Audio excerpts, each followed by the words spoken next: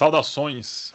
Tenho um recado para você que no dia 22 de abril nós vamos ter aqui no Dá Tempo Podcast uma conversa com o climatologista Carlos Nobre, que é um cientista e um dos maiores especialistas do Brasil e do mundo em mudanças climáticas. Então, se inscreva no canal, ative as notificações, curta os nossos vídeos para você estar sempre informado aqui do que está acontecendo com a gente. A gente tem acompanhado aí no giro de notícias do mundo um tanto de mudanças. A gente tem acompanhado o tarifaço dos Estados Unidos sendo impostos aí para todo mundo e as reações também de Europa, China, Brasil e tudo mais.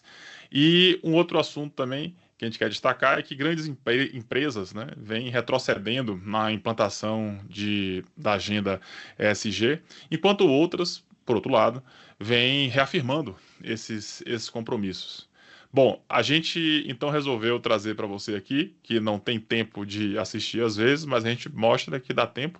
A gente compilou de 12 episódios alguns trechos desses especialistas que vieram aqui conversar com a gente sobre esses assuntos. Então, confira aí.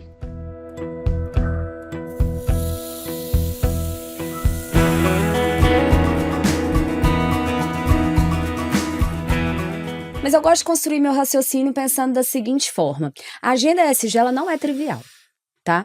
Então, muitas empresas elas tiveram dificuldade de implementar e trazer uma visão estratégica de valor para o negócio quando a gente está falando do ESG, tá?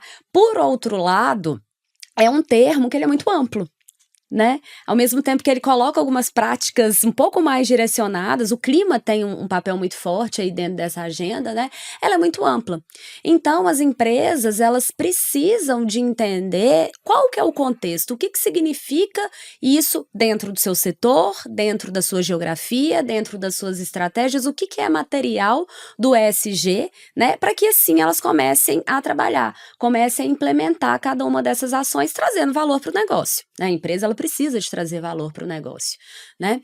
E aí, diante de todo esse contexto político, né, norte-americano, que a gente vem acompanhando, muitas das empresas que não traziam isso de uma forma importante e estratégica para dentro do negócio, pegaram esse trem, né? E partiram para um outro destino, né? Aproveitaram esse discurso para sair fora do jogo. Daquilo que já não acreditavam, né? Daquilo que estava fazendo, às vezes...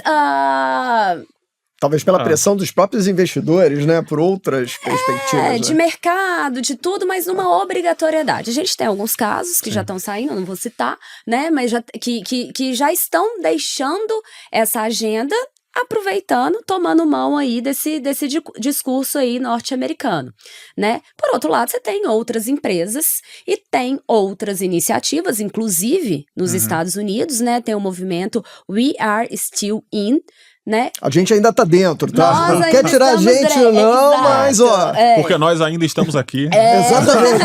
E que o mundo é um só, né? Como fala, pô. Que é um movimento de 25 estados, mais algumas empresas dos Estados Unidos que decidiram, né? Que não, a gente demorou tanto para avançar e é uma agenda, gente, que não é de curto prazo.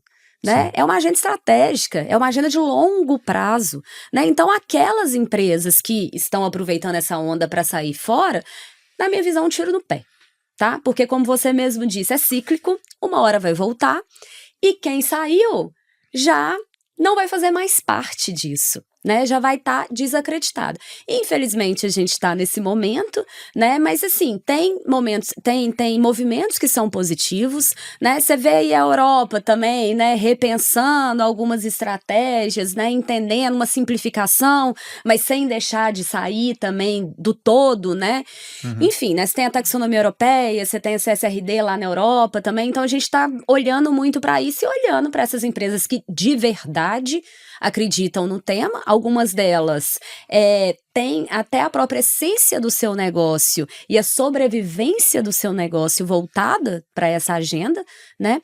Que não vão abandonar, né? E essas são essas empresas que a gente deve, nós, enquanto consumidores, né, acreditar nisso e cobrar de alguma forma. Então vamos lá, vamos desmembrar o ESG para a gente poder trabalhar, né, nesse sentido.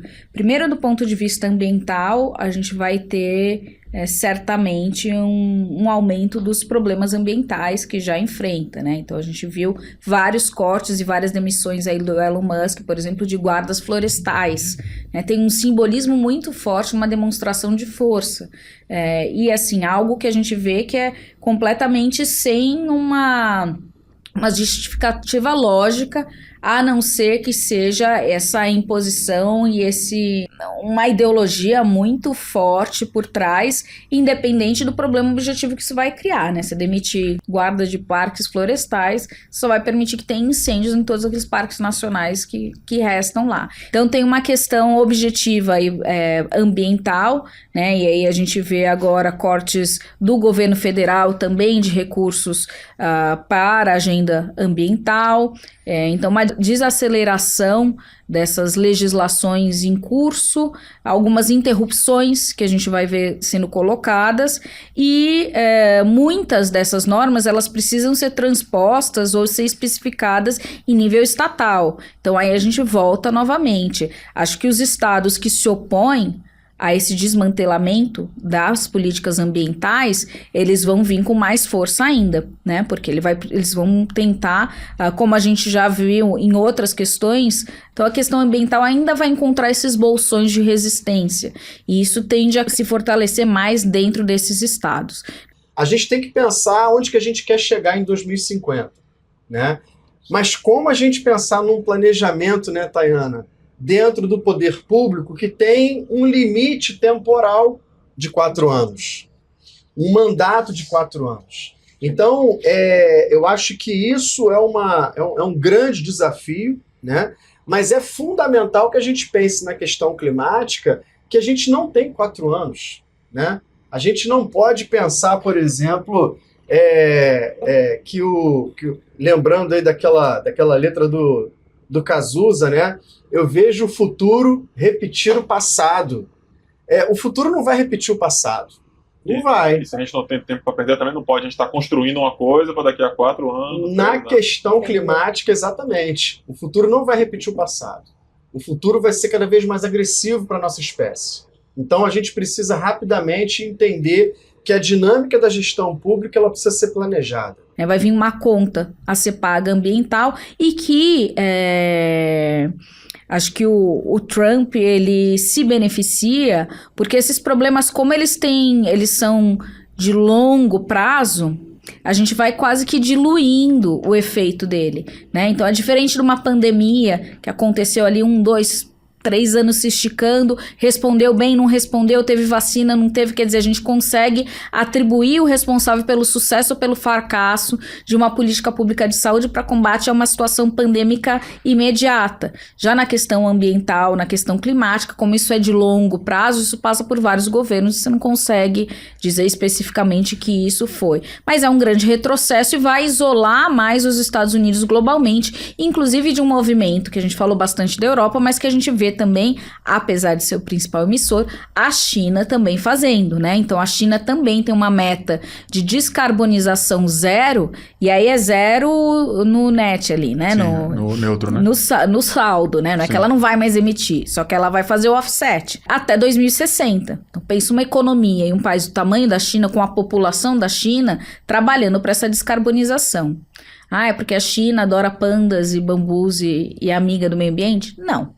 Né? É porque a China entendeu que a sua sobrevivência, inclusive econômica, passa inevitavelmente por adotar uma série de práticas de sustentabilidade e investindo pesado aí na energia renovável, por exemplo, né? Então, nessa diversificação. Então, os Estados Unidos vão ficando para trás nesse sentido, né? Vai ter consequências internas e ele também vai ficando para trás aí, porque o problema ele vai continuando. Então tem esse risco grande para o país e, consequentemente, para o mundo. Porque isso também abre brechas para vários outros governos, vários políticos que também não entendem a objetividade e a necessidade da gente trabalhar a questão climática, para fazerem valer, olha, sou amiga do Trump e fecho com o Trump nesse negacionismo, né? Então isso vai se ter um grande movimento que já está tendo agora de um oportunismo político em cima do que o Trump faz, que acaba virando um exemplo negativo, mas vira um exemplo